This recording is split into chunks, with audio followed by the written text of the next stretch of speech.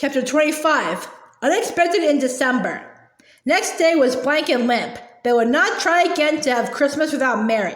The only presents hidden away were for Carrie and Grace, and though Christmas was not until tomorrow, they had opened that morning the small Christmas box from Mary. There would be a whole week without school.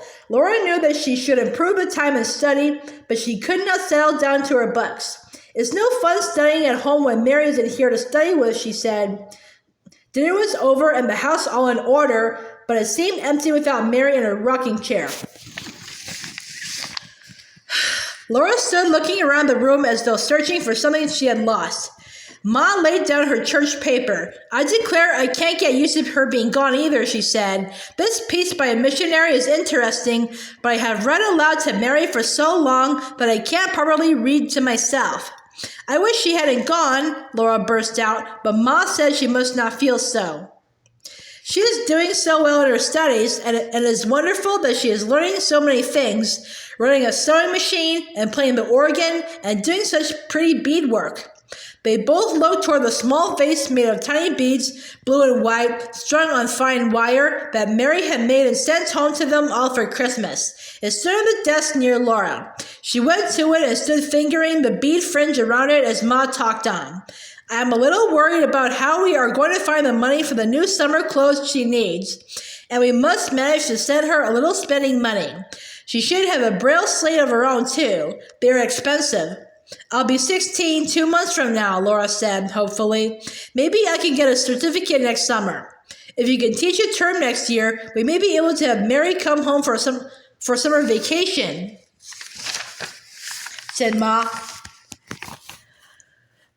She has been away so long, she ought to come home for a little while, and it would cost only the railroad fare, but we must not count our chickens before they are hatched. I'd better be studying anyway, Laura sighed. She was ashamed of her moping idleness, but Mary had the patience to do such perfect work with tiny beads that she could not see. Ma took up her paper again, and Laura bent over her books, but she could not rouse herself from her listlessness. From the window, Carrie announced, Mr. Bose is coming, and there's another man with him. That's him now, at the door. That is he, said Ma. Laura opened the door, and Mr. Bose came in, saying, How do you do, everyone? This is Mr. Brewster.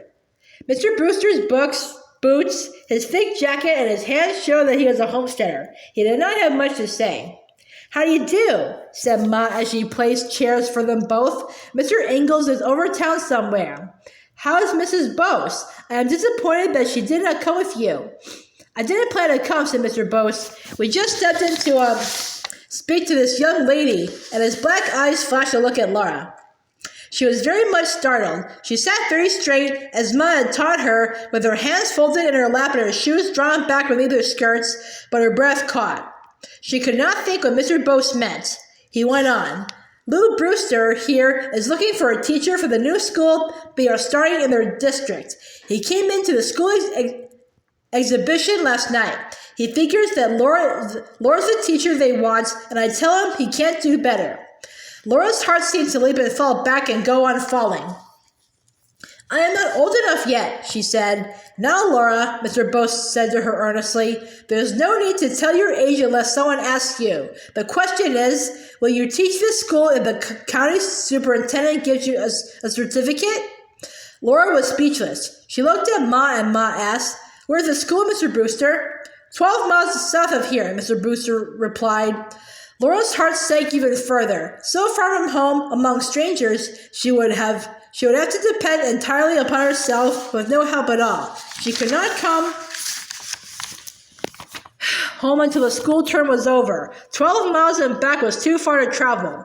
Mr. Brewster went on, It's a small neighborhood. The country around there isn't settled up yet. We can't afford more than a 2-month school, and all we can pay is $20 a month and board. I'm sure that seems a reasonable sum, said Ma. It would be $40, Laura thought. $40! She had not realized that she could earn so much money. Mr. Ingalls would rely on your advice, I know, Mr. Bose, Ma added. Lou Brewster and I knew each other back east, said Mr. Bose. It's a good chance for Laura if she'll take it. Laura was so excited that she could hardly speak. Why, yes, she managed to stammer. I would be glad to teach the school if I could. Then we must hurry along, said Mr. Bose as he and Mr. Brewster stood up. Williams is in town, and if we can catch him before he starts home, he'll come over and give you the examination right now. They said good day to Ma and hurried away. Oh, Ma, Laura gasped. Do you think I can pass? I believe you can, Laura, Ma said. Do not be excited nor frightened. There's no occasion to be. Just pretend that it's a school examination and you will be all right. It was only a moment before Carrie exclaimed, That's him now. This is he, Ma said almost sharply. That's he coming. It don't sound right, Ma. Doesn't sound right, said Ma.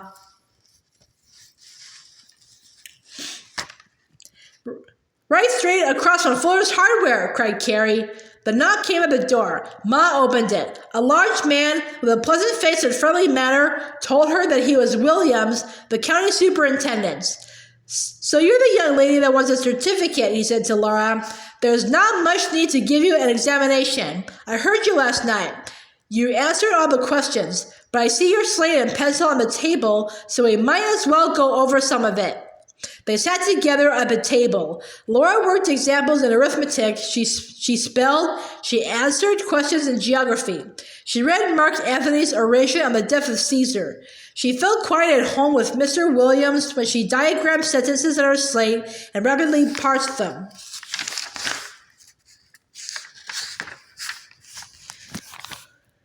Scaling yonder peak, I saw an eagle wheeling near its brow. I is the personal pronoun, first person singular, here used as the subject of the verb saw, past tense of the transitive verb to see. Saw takes as its object the common generic noun eagle, modified by the singular article an.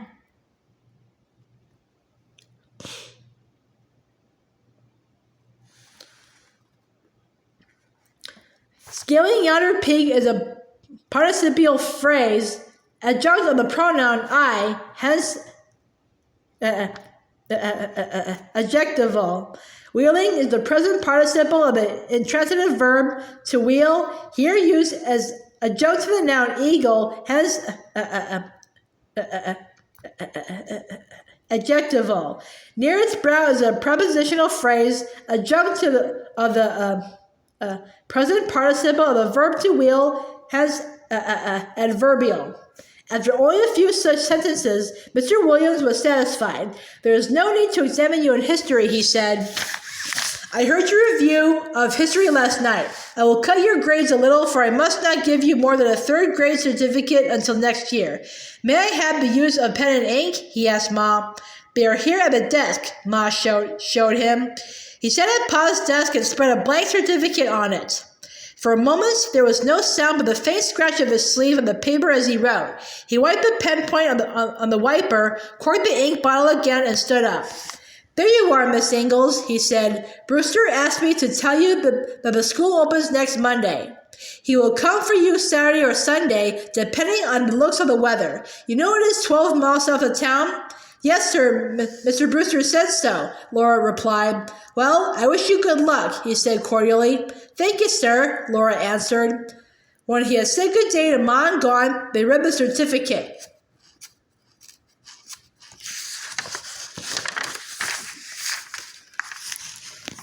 Department of Education, Dakota County of Kingsbury, Teacher Certificate. This is to certify that Miss Laura Ingalls has been examined by me and found competent to give instruction in reading, orthography, writing, arithmetic, geography, English grammar, and history, and having exhibited satisfactory testimonials of good moral character, is authorized by this third grade certificate to teach those branches in any common school in the country for the term of 12 months. Dated this 24th day of December, 1882.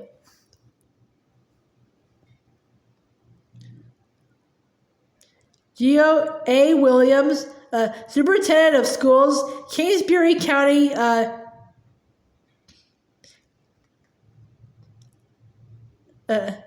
DC.